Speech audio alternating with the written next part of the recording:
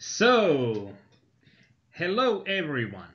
Today we are going to have a special session as our Unibet free roll winner or the highest ranked player that has made their account through Pokerimania.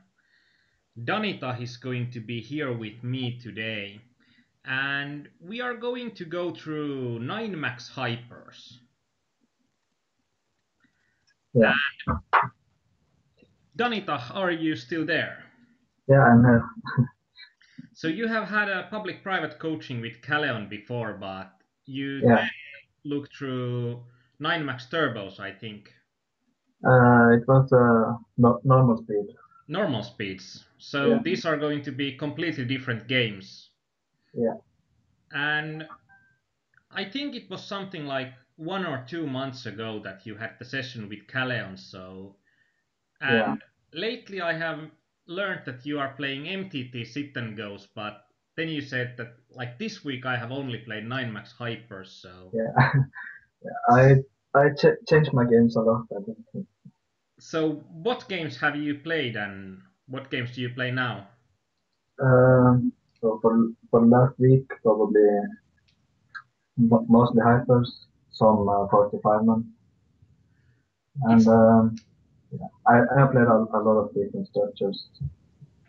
it's always awesome. Like, what are you generally playing? And the answer comes like from last week on. Yeah, Uh, I can't seem to decide what I want to play as my main game. I think. have you played cash games previously? Omaha, Triple uh, Draw, I played some, but not very much. and I think in right now that you can see the graph that was sent to me by Danitah. Or this is not the graph. This is the graph from the hand histories that Danitah has sent to me. And usually, as a coach, when I see that someone sends me hand histories and the graph comes like that, I'm usually like, fuck my life. Like, you can't, there is no conceivable way to improve on that on hypers, like 32% ROI and 27% ROI adjusted in games that, even in $1.5 level, I think that somewhere between 6 to 8% is the highest achievable ROI that you can get. Yeah, So I had a the pretty awesome run, I guess. yeah, this is probably one of the best runs that the player can have on like 4D buy-ins in 126 games. And I Yeah, saw on your blog post that it has carried on and you have had like 14% ROI in something like 500 games, which is completely awesome for someone yeah, starting hypers. yeah. So we also discussed a bit before we start today that what's your main problem point in poker right now that you are working on? The main problem point Yeah. uh, right now, I'm just trying to improve on my multi-tabling. Yeah, trying to play. I'm trying to increase it to up to maybe around 15 tables for hypers. And I think 15 tables on hypers, even on 9 max hypers, it's going to be pretty much on the upper end of players. I Yeah, don't think that you are seeing that many players that are playing over 12 tables. I don't know if it's different at the lowest stakes, but at least when you are going higher, I think that the players that are playing more than 12 tables start to get pretty rare, and there are plenty of players that are playing something like 6 to 8 tables. yeah, And it's of course it's always easy to try to increase the amount of tables when you are running quite hot and when your EV is also at the same side, because then the like if you are getting somewhere around 5% ROI in like $1.5 hypers, then probably the best way to increase your hourly is going to be multi-tabling, because there is not a lot of equity to be had, or there's not a lot of ROI to be had in the games. yeah, And that's actually a bit of a shame that I heard it only today, because if I would have heard it before, I would have said that send me a vid of you playing, because there I think there we would have had some more ideas on how to improve the multi-tabling. But if you are playing 15 tables already, it's not going to be a problem for you. It's going to be a strength. Yeah, I've played like up to 9 tables before, and I just recently trying to increase it. So yeah, I think that most players are starting with an amount of tables that is the amount of tables that you can fit on a screen. Like there is like top left, and like 9 tables you can still play like 3 tables yeah, and 3 to 3. But after that it starts to be increasingly more difficult to add tables. And I think you have also mentioned that you have started with the stack and tile program, and I think yeah, stacking is going to be the way to go for most players. And one thing that will increase the amount of you can play on stack is that you are getting the basic rhythm, and you are getting the table that you need to act next. And you can't go like this looks to be the most interesting table, I'll make my action there first. yeah, But when you are stacking, you are going to get the, I don't know, like it's like a conveyor belt that always brings you that this is the next decision, this is what you should do. yeah, definitely. So that helps a lot. Like I think that players that are playing tiled are using a lot of their allotted time playing doing a decision for some other table that doesn't require your attention right now. Yeah. But we are going to go through hands, and I think Mhm. this is going to probably be a two-pronged session today.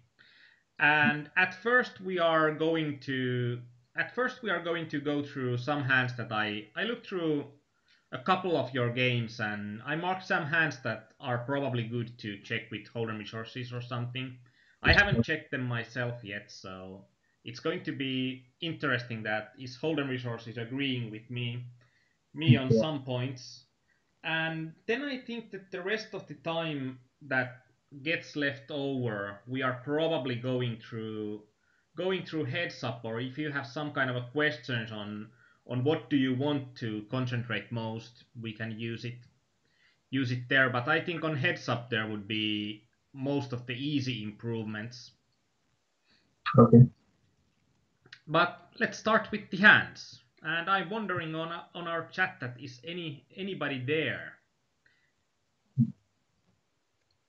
yet. So there are going to be some marked hands, and so we can see that we are having 7 hands, and usually it's about 10 hands that we can go through in an hour.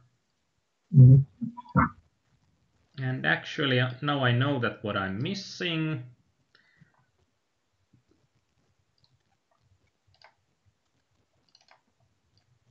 I need to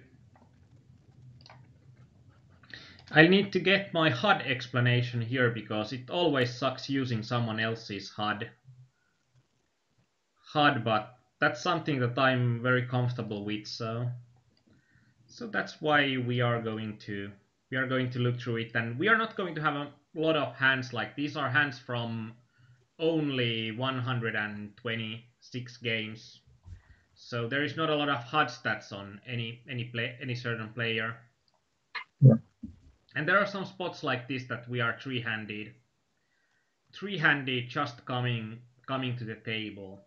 And this is something that is going to be an interesting situation, that you are going to have the largest stack and we are already three-handed, so the opportunity to inflict the most pressure like on the bubble is already gone.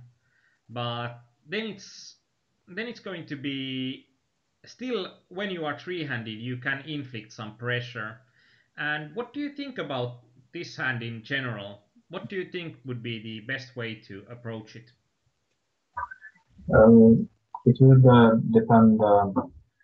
Depend some of the opponents. I think if they are very fishy, then it becomes a bit marginal. I think. I think this becomes a bit marginal, but I think no matter what kind of the players are, I think this is going to be a hand that's going to be plus EV as a shove. Okay. And I think that it depends on the players. Like, if the players are really tight, we can exploit their tightness by min raising here. And we are exploiting the tightness because they are only also 3-betting us with the really tight range. And when they are 3-betting us with the really tight range, then we can avoid getting against their tight range. But something like 10-9 off is, in my opinion, it's something that's going to be pretty rarely dominated, and it's going to have better equity than you would think in general. So let's copy the hand history text. Slippery window. Let's use future game simulation. We are having a full table sit and go, and we are pasting the stacks and blinds. So in this case, when we are looking at the Nash equilibrium in here, we can see that actually 10-9 off is going to be pretty much the worst offsuit. Offsuit 10 here, and it requires our opponents to be calling with 8.4% and 12.5%. I actually think that Nash is in here, it's a bit on a tight side probably. So it might be even worse for 10-9 off. Like, if we are having, like, I think Nash is going to be, if you would have two regs against you, I think this would be a great starting point to use. But in these games, I think it's going to be pretty rare that you are against two regs. So, and in this case also, even though this is only 0.04% of the prize pool, I think it's still going to be a solid one. If we are thinking that our opponents are going to call pretty hands a bit too widely, it's actually going to be pretty close to the big blind. So 10-9 off is still going to be in there even if the first player is calling too wide. And if the second player is going to call too wide, it's probably going to remove the 10-9 off. But even with the really wide ranges, it doesn't become horrible. Yeah. So I think this is going to be pretty much on the upper end on what we can see on our opponents, and even then it's going to be. And I think against general players, we are going to make money with 10-9 off. Okay. So this was something that stuck out because you are playing really aggressively. So yeah. So this is just a natural spot to add some pressure. Yeah. Okay. And if you have any questions or any comments, you can stop me at any time. Okay, sure. I like to go through the comments pretty quickly. So this is going to be an interesting situation, that we are against an opponent that I think he was an unknown. Like, this was the first game you had here, and the player name doesn't ring any bells. No. Bells for me. What do you think about this situation? Probably I should shove. What do you think about your range would be that you would shove here, and would you call any hands?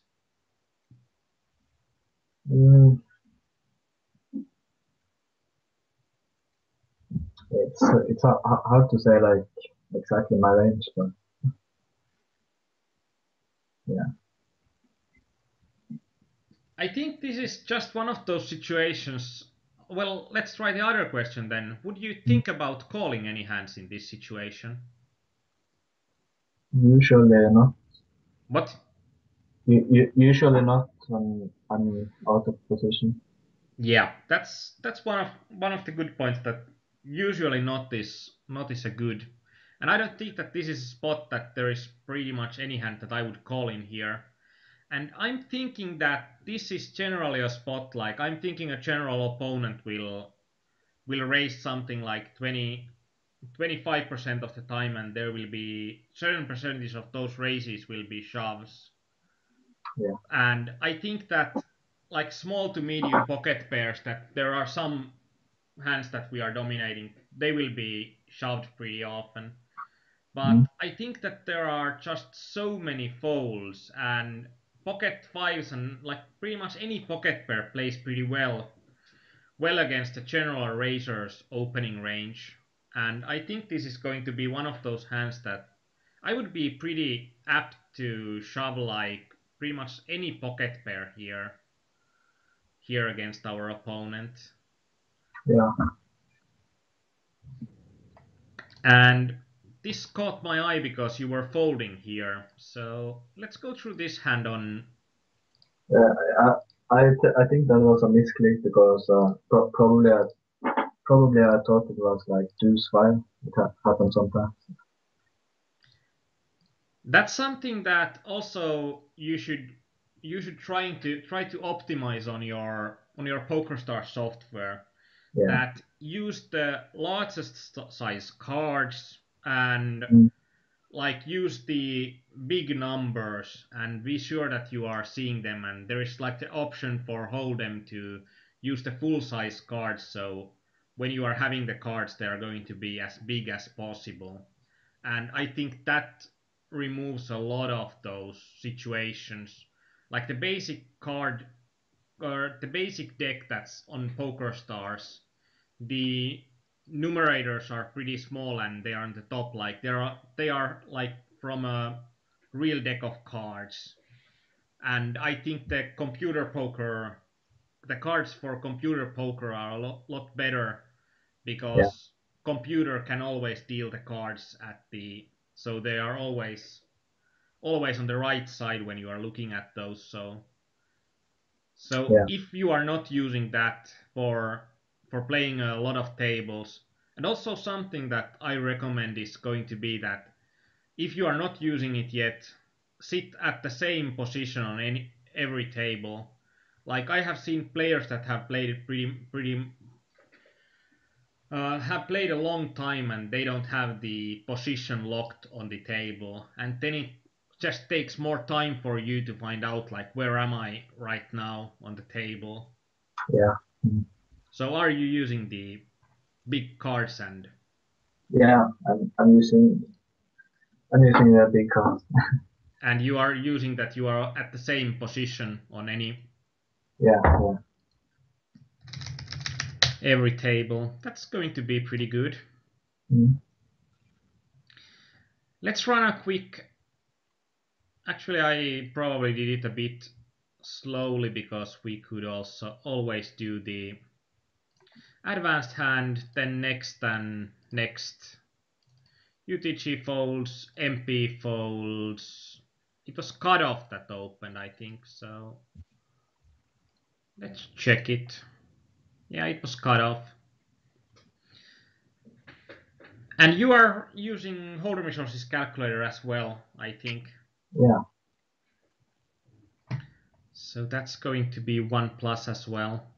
Nash here is going to be about 28, 29%. I think that there will be. And actually, this is going to be probably pretty close because there is going to be. The weakest pocket pairs are likely getting shoved. So when we are looking at. And you are at the small blind. You are at the small blind here, and if we are looking at what kind of hands you could 3-bet if your opponent then calls you perfectly. Mm. And I think we can lower the range a bit and take some of these weakest pocket pairs out,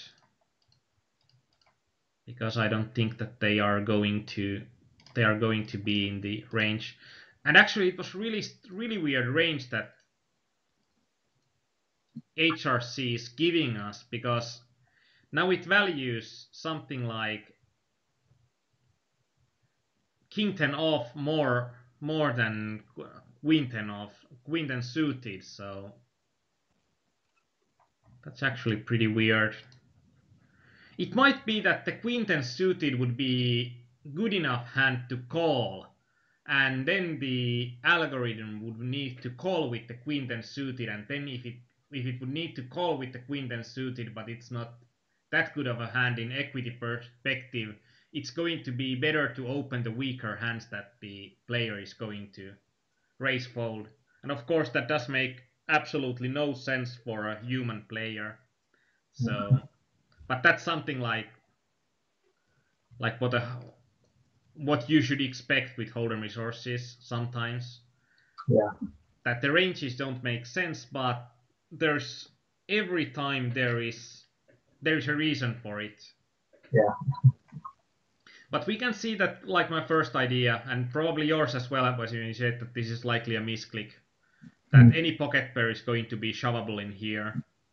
And this is probably something that you are going to find out in a lot of hands, that there will be pretty much a box that the suited hands are going to be 1 or 2 steps further. And in here I would probably shove like any suited ace as well. Yeah. I think any suited ace is going to be plus EV in general.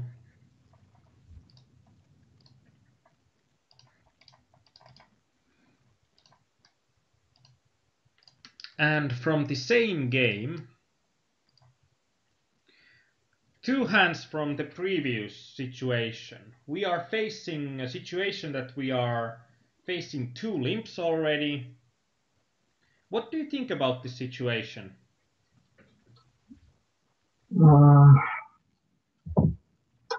I might consider limping here, but shove might be better.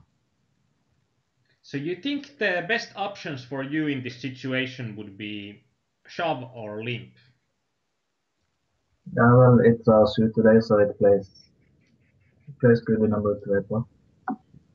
So what would you think would be the merits of limping behind here? You would try to flop a flush draw. Okay. Pretty much. And it would be like the best point to limp here that you are having a possibility to flop a nut flush draw. Yeah. Then what would be the advantages of shoving in here? Well, I guess the disadvantage of limping would be that stacks are so short. So, and if you shove, you can just pick up the pot without seeing any more cards.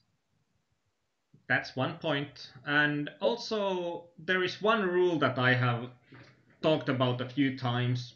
Like in general, if we are looking at the players that are limping as the first action, or the players that are limping after there has already been a limp, we can see that like the first limper can have a trappy hand sometimes, Yeah. but the second player, he almost never has a value hand. He has something like this that he wants to see the flop with, but probably fold his hand. So this is also a decent point in this hand, which will turn this more towards a shove, that the player that you are having the largest stack with is going to be the second limper, so he's very rarely going to take part in the pot.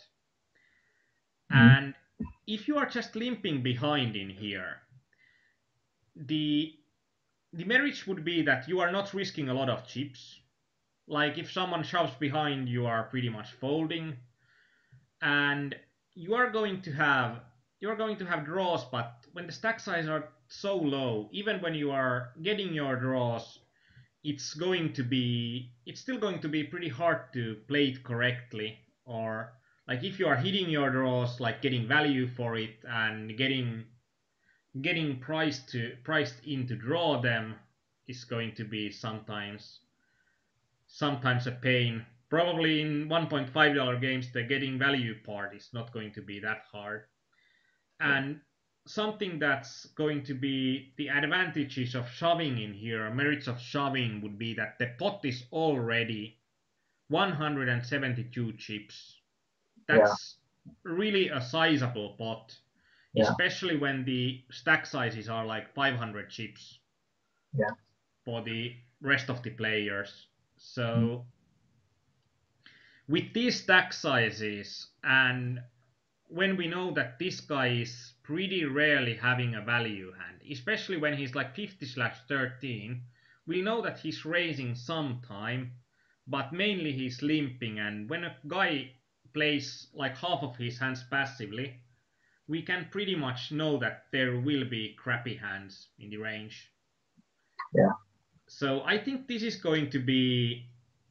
pretty much going to be a shove. And I'm asking you about the merits on trying to get in analyzing the hands Mm. in these situations, because it doesn't matter that much in these situations, like do we shove or limp, but it matters a lot that do we know why do we shove or why do we limp in these situations. Okay.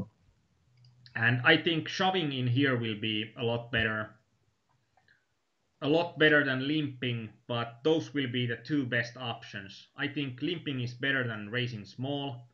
Like raising small, we are still going to, if we are raising small here, like it's going to be 120 to 160, we still pretty much need to call all opponents if they are shoving.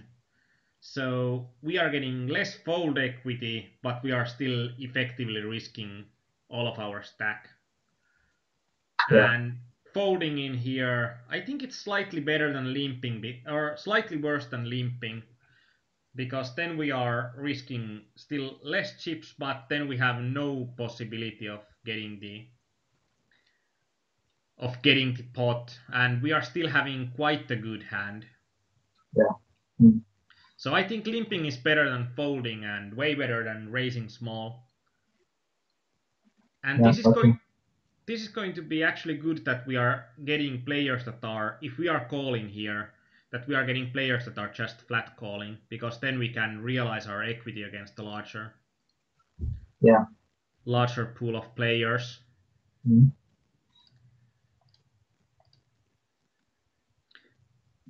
What do we do here? We hit actually pretty much nothing. Yeah.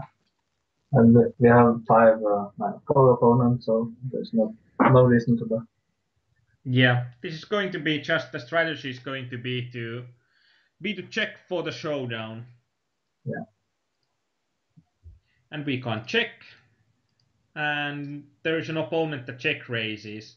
It's going to be interesting to see this guy's hand, because this guy's hand might actually be a value hand that he slow played on the flop, on pre-flop. And not. So there's like the possibility of a trap, but it doesn't mean that there will be a trap. Yeah. And I can't say that he got punished for slow playing, because if he would have had aces, then this would have been punishment. But for this guy on a 5-way flop, going for broke with second pair is going to be stack suicide. Yeah.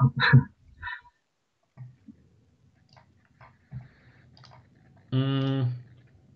In here we are having Queen 9 suited, and there are 4 players behind us. What do you think about this hand and this situation? Well, the stacks are pretty short. I have one stack, so I I might min raise and call the shorter stack. Yeah, probably min-raise and call against the shorter stack. What do you think are your options here? Or let's say that if you are not min raising, what's going to be the second best option? Shoving. If you are not min raising in here and calling the shorter stacks, what would be the next best option? Yeah, it will be to just shove. And what makes min raise better than shove in this situation? You can get away from the shortest, the equal stack if you three bet shots. And Okay. he seems pretty tight also. So Okay. And what are the bad points of min raising compared to shoving? um, yeah, less fold equity. Yep. I think actually this is going to be one of those hands that it's going to be pretty hard that do we try to maximize fold equity or trying to avoid collision with this guy. And I'm Yeah, pretty much on the edge in this hand. I think that both of the options are going to be pretty close in equity. yeah, And when this guy folds, then it doesn't matter that much. Or it matters because these guys, especially when they are randoms, this guy is a reg for sure. Like it's going to be pretty insane that you sent me a package of I think it was about 3,000 hands, yeah, and you are having or we are having like HUD stats of 400 hands on some players. yeah. And I think both of these players probably play like 10 tables or something. Yeah, and we can also see that like if we are having two regs and there's like two players that we are playing 2 or 3 games against, Yeah, we know that these games are going to be quite good when there seems to be probably like on average 2 to 3 regs per game. yeah, yeah. And this is going to be a call. Yeah. And this is something that you can't get away from. And actually I wonder why I'm having this hand here. Because when I'm looking at it, it's pretty well played. Hmm. So props to you. In this hand, what do you let's get to the next hand. So what do you think about this hand? Um, well, we are 20 big blinds deep, so I would min-raise to begin with. I think this was one of the interesting situations because we are against an opponent, and our opponent in this game has like out of the previous hands, he had shoved pretty much. So and he has also 3 bet shoved a lot. Yeah, So in this situation, would you min raise fold or min raise call if you would min raise here? against this opponent, probably should call if he shows. Hmm. And this is also one of those spots that are interesting in a way because I think that if you are limping in here, Mm. it's actually making this hand a lot harder for your opponent to play well if your opponent is a player that shoves a lot against you. So you are going to then make it a lot harder on your opponent to just shove. But this is only on 14 hands, but you have been pretty aggressive in here and getting shoved on a lot on the previous hands. Yeah, So this is something that you need to adjust quite quickly, and there are like 2 options in here. Either you carry on min raising, but then just start widening your min raise call range, or then make it so that your opponent will have a worse option for you, like you can go for some you can go for a shove with a deeper stack size, and also when you are having a deeper stack size, you can go for a limp. Like when you are min raising here, it's going to be mathematically, it's going to be pretty good opportunity for your opponent to 3-bet shove. Like he's not 3-bet shoving that much over, but if you are limping and he shoves, then it's going to be a huge overshove by your opponent. Yeah, okay. And this is something, I think the next hand also, when you're on small blind, you raised and then you call with queen 10 suited. So you started widening your range, but this player got a quite good start on you when you had to min raise fold a lot. Yeah. Mm. And also on that, these kind of players, when they are opening a lot, then we'll need to start defending a lot. If we are folding our big blinds to steals a lot, they are going to make pretty much an auto profit.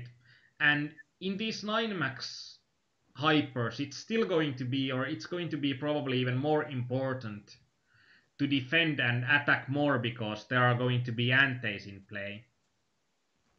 Yeah.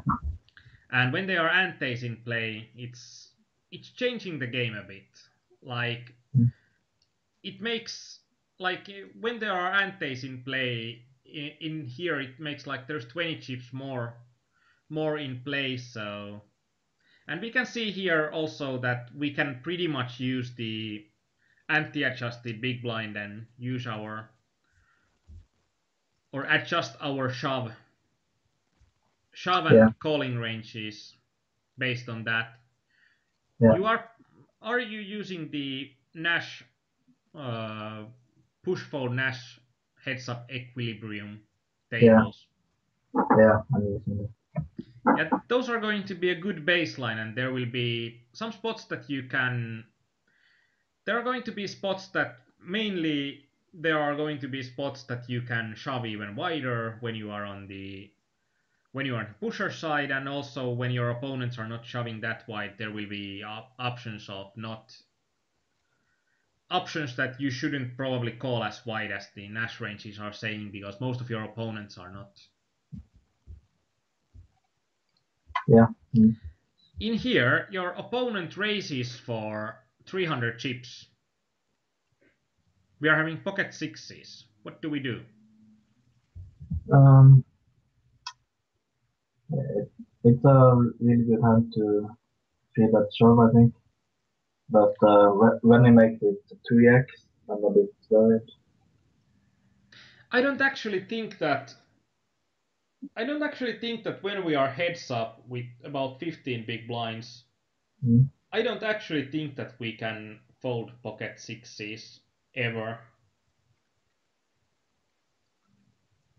Like I'm having just a hard time thinking about the range that, like, even if his range would be, if it would be full of traps and dragons and all kind of monsters, Mm. it's still going to be, it's going to have hands that pocket sixes is going to play okay against. And basically there is going to be a really hard situation to even think about the range. So let's go take a look, like what kind of range would our opponent need to have.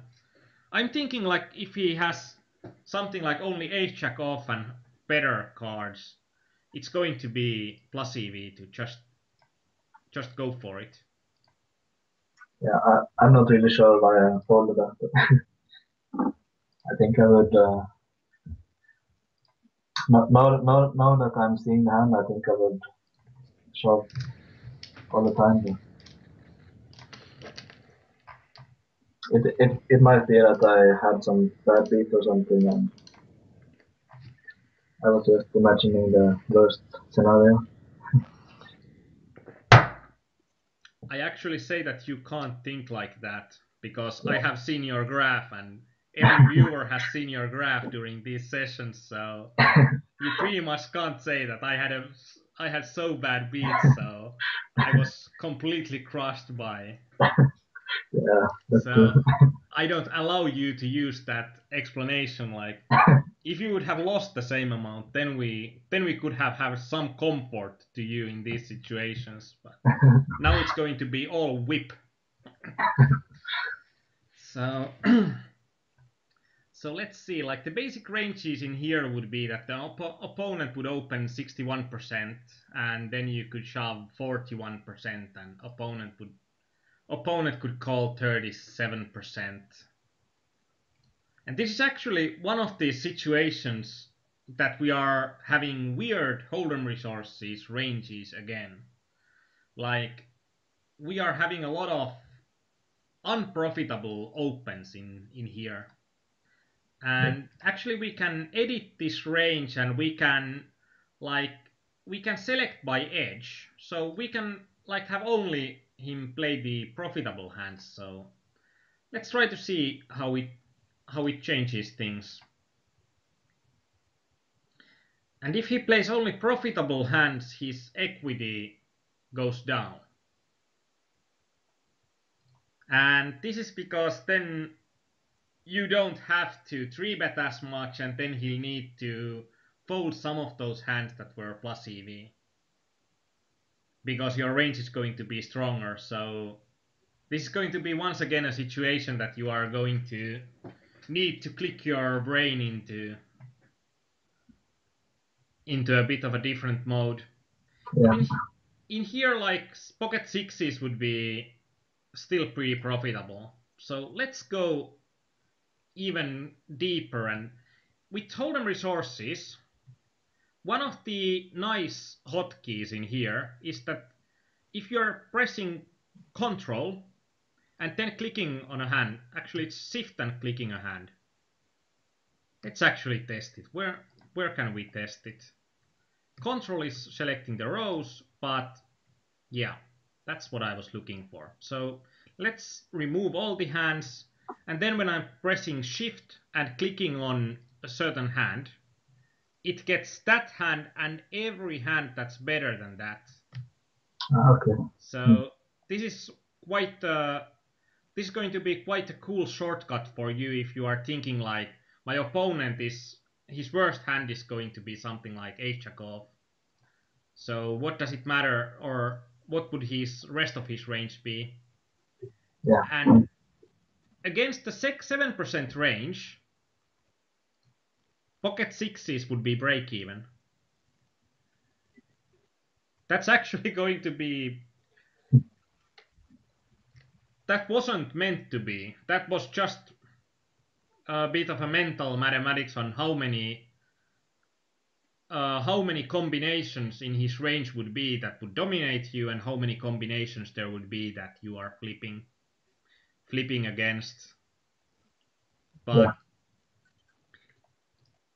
if you think your opponent is, even if you think your opponent is having this tight of a range, probably your opponent is still calling about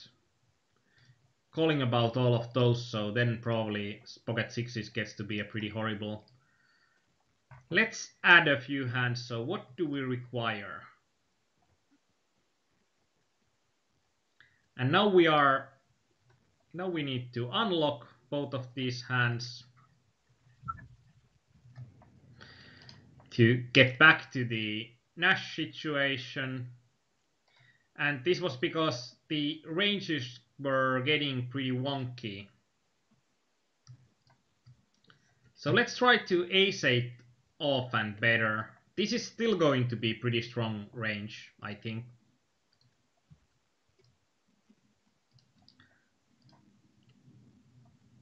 And in here I think that a general opponent will fold something, but not enough.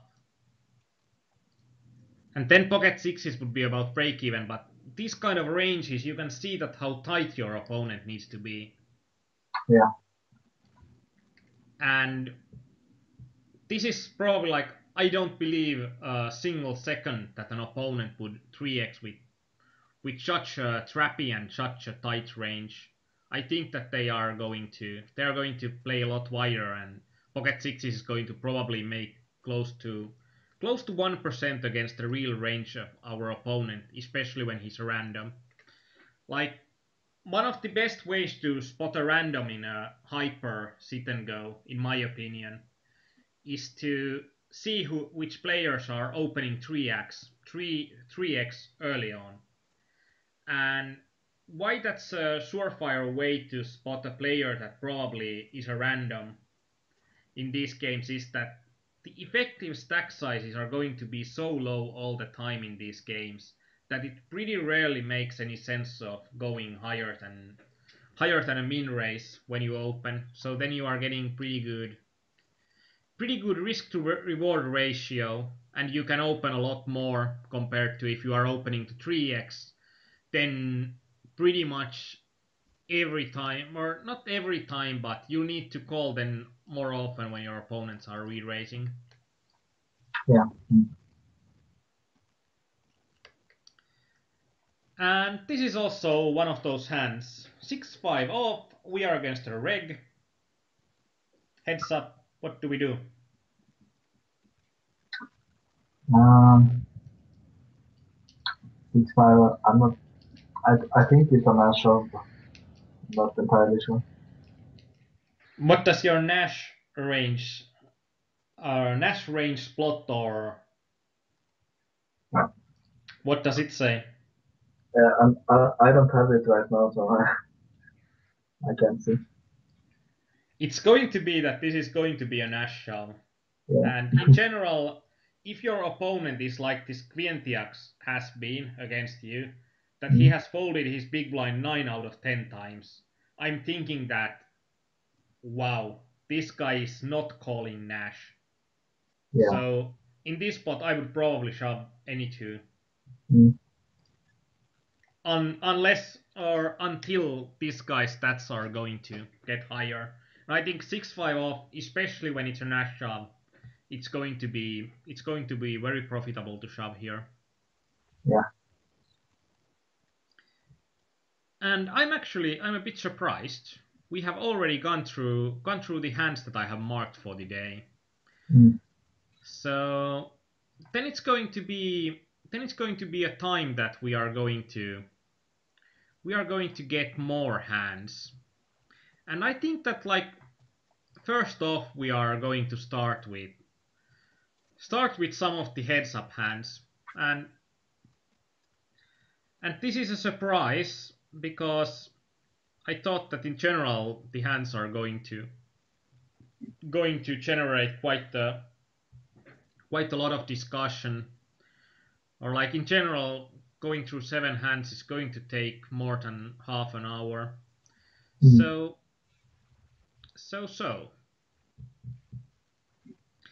and there is going to be actually one quick trick, because I don't like to waste our time on.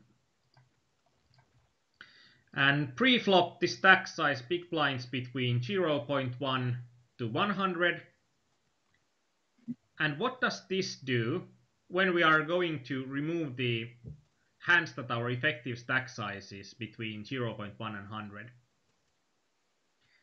It's going to remove all the hands that you have been folded against. Like, if you are staying at the big blind and everybody folds to you, your effective stack size, how Poker Tracker views it, is always going to be 0. Okay. So when it's going to be 0, like, there is no other player in the hand, so. And VCJ Rider, hello, are there going to be many more parts of the Spin and Go series, like part 3 or 4? Are you asking about the XXIXX public-private coaching? I think it was a 3 parts. I think we had 2 breaks during the live stream, so it might be 2 or 3 parts. I'm not completely sure.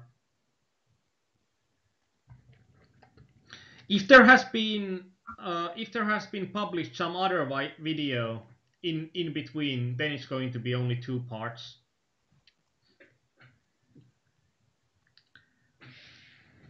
And oh well, on the later part of these hands, we have had some hands here, but let's start from the top and let's go through some hands.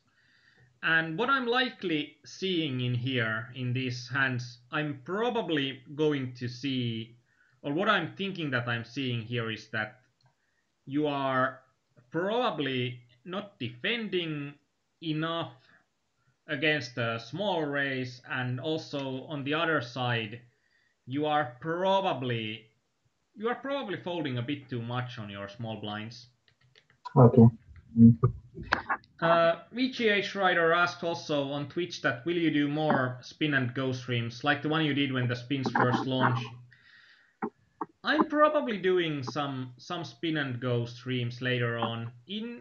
On our forum there is a thread on feedback, and I'm trying to go through some of the I'm trying to go through feedbacks, and there are some jackpot spin and goes that I want to do some videos on that have been large, with the large prize pools, but I haven't had time to do them yet, or when I have had time, I haven't felt that I want to do those.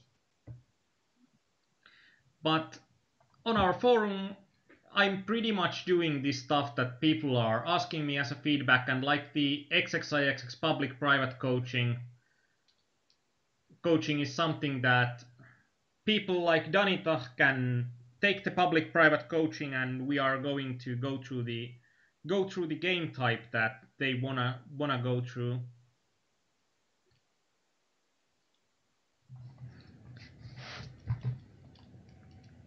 So let's try to go through some of these hands. 6 deuce suited. What's your first idea? Against an unknown player, I would like to min. Yep, I think min raising is going to be solid against an unknown. And that's going to be good that you are thinking better than you were playing at that point, because I think that's something that it's going to be pretty much on the edge, but I think it's still going to be profitable, especially since the opponents in these games are going to fold way too much. Yeah. Mm. And 10-7 suited, what do you think about this hand actually? Mm. This would be profitable as a shove too, I think. Maybe shove is better with this stack cycle. Yeah, I think that this is actually one of those hands that, especially with the blinds and how well this hand is playing if we are getting it in pre-flop, I think shove is getting more enticing. Mm. And I think that this is going to be... This is also a hand that plays pretty okay, so if your opponent just flat calls. So I think this is going to be an edge.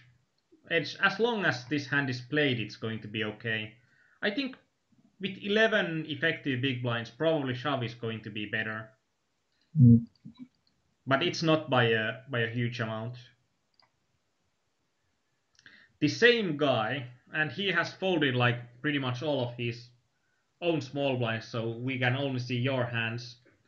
With 3-9 suited and the stack size are getting shorter, what do you think?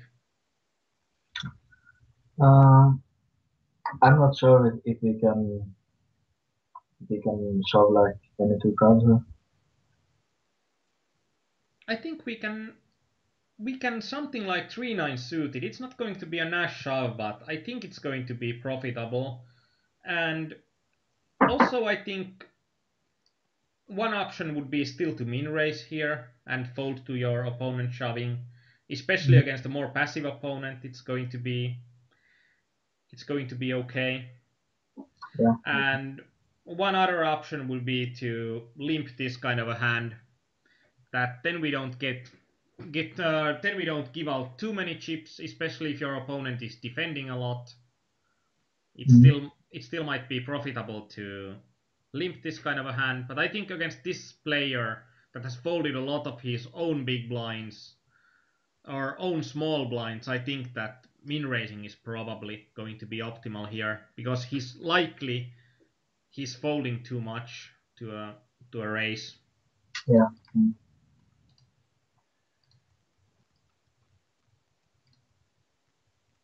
Our opponent limps. We are having king jack off. Yeah, I think it's best to shove. Yep, I think so too. And this is the most dangerous hand when you are streaming, and it's this way around. And I think shove is actually going to be way better in here. I wouldn't like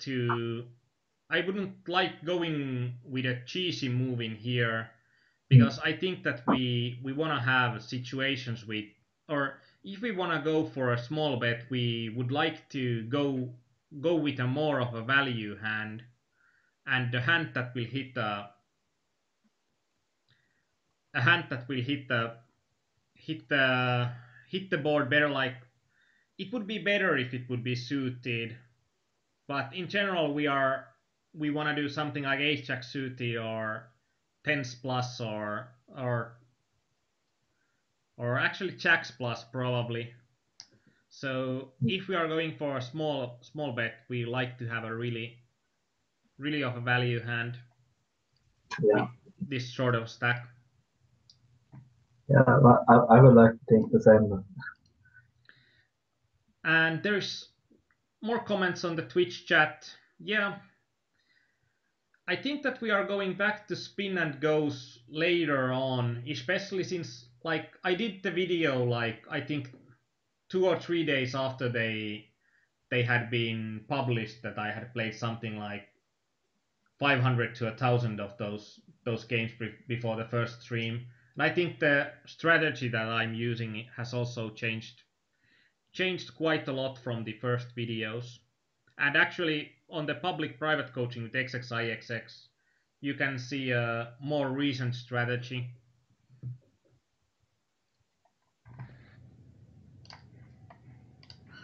And actually, the spin and goes are going to be pretty great games to practice because you are, like, if you are practicing spin and goes, you are going to play pretty well in the hyper turbo sit and goes that are not heads up hypers, because like in these games we are pretty often we are going to play like 15 big blinds or less effective stacks, and on spin and goes you are playing pretty much with as weak of a player as you'll find in heads up in these games, and also you are going to play with about the same effective stack sizes. Yeah, okay.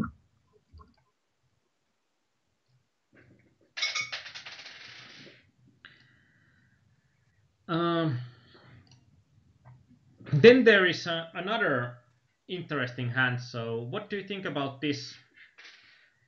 9-8 off, opponent just limps. What do we do? I think he's folding enough that we can shove. Yeah, I think that we can shove here. That's going to be one option. That's going to be okay option. I'm thinking that this is also one of the situations that we can realize our equity for free. Okay. For free here and just check behind, but I would probably prefer shoving.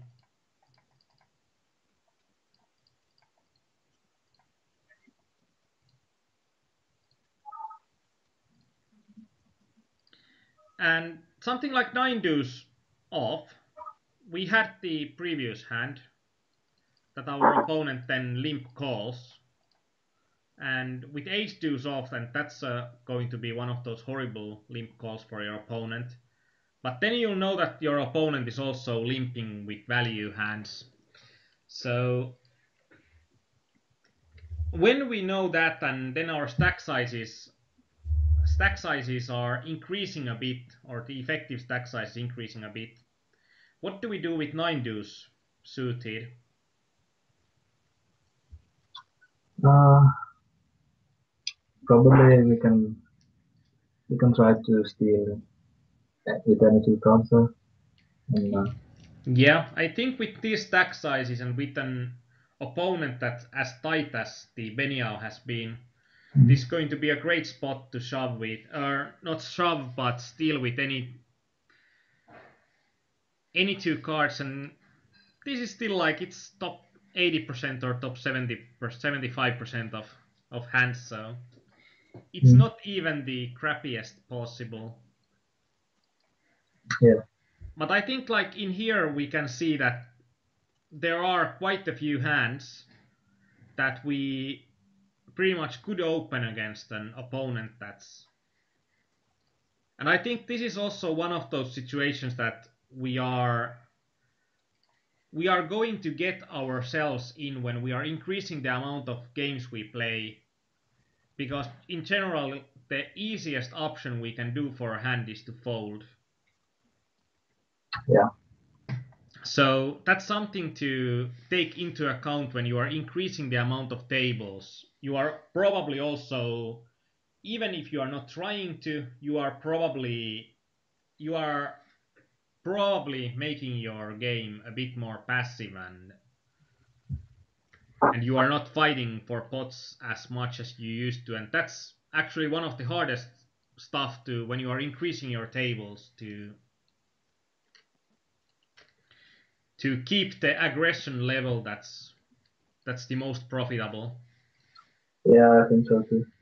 Mm, And I like your min raise a lot, because if our opponent will 3-bet, it's going to be pretty good. And in here also, like now we can see that our opponent has folded like twice in 3 times to a steal.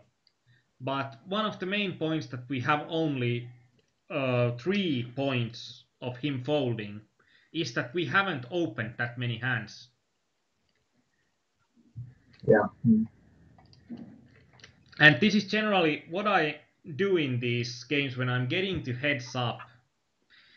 I'm trying to see like where my opponent is leaking chips, and one very big leak of chips is when opponents are playing on the big blind with a tight range. yeah, And when they are playing with a tight range, then we can steal a lot from our opponents. yeah. And Dark Vandar asked in the Twitch chat on the 6 Max Turbo widths. I don't actually remember, did we have any on any recent videos on Kaleon, but I'd say the same, that on our forum there is a thread for every coach on feedback, and I think every coach is reading those for some questions and concepts and games that we could do during a session. And I think if you are wanting to see Kaleon do more 6 max stuff, please go to his thread and request some more 6 max stuff. In these chats, it's going to be harder because the chats are always getting sidelined. And even in Twitch, if Kaleon is looking at this later on, he probably can't see the action.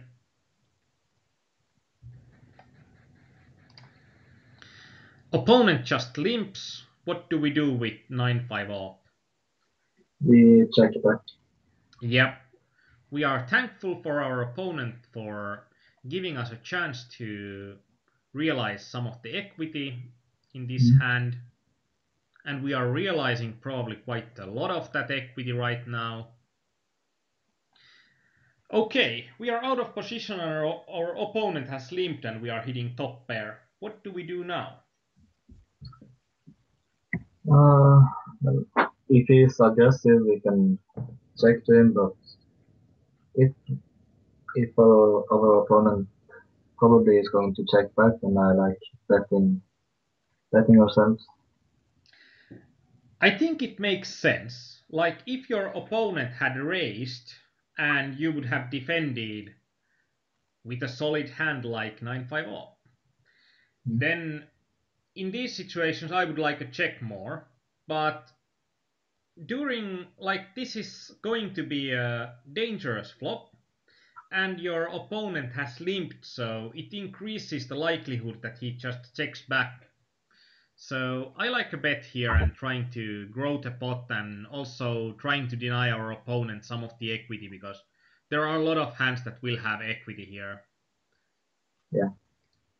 On this flop. So I would like to see a bet, like a min bet here would be good. 150 chips. Yeah. And when your opponent bets for 1.5 times the pot, what do you do here? I don't think he has some overplay on. Well, he might have like some better lines, but I think it's pretty likely he has a straight draw. So what's going to be our best response to our opponent raising? Uh, Problem is we are quite deep, so yeah, I think That's not a it's problem, that's an opportunity. okay. Um, do you think shove here is too big or The pot size is going to be 780. I don't yeah? actually think that even shove is going to be too big. Mm, And we are also having extra equity in this hand because we are having like 4 8s that is going to improve our hand yeah, again, even against the straight draw. I'm just wondering that does our opponent have something like pair of sevens or pocket fives or something often enough?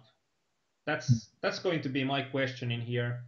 Like in general, if opponents are overbetting the flop, in general we can go with the top pair because there will be enough of the opponents also betting with weaker hands than top pair. yeah, Like that's the basic idea, but in here, when we are calling, we can get the second barrel and we can get our money in better against the draw. But then we are risking some that if you are hitting something like 10 or a jack would be pretty horrible, a 10 or a jack or an ace. So then it's going to be do we then it's going to be a question of what's going to be better, that we can get our opponents we can get value from wider part of our opponent's range, or actually I'm thinking that when our opponent is betting more than a pot, he's not going to fold. So actually shoving would be pretty good. yeah. Okay.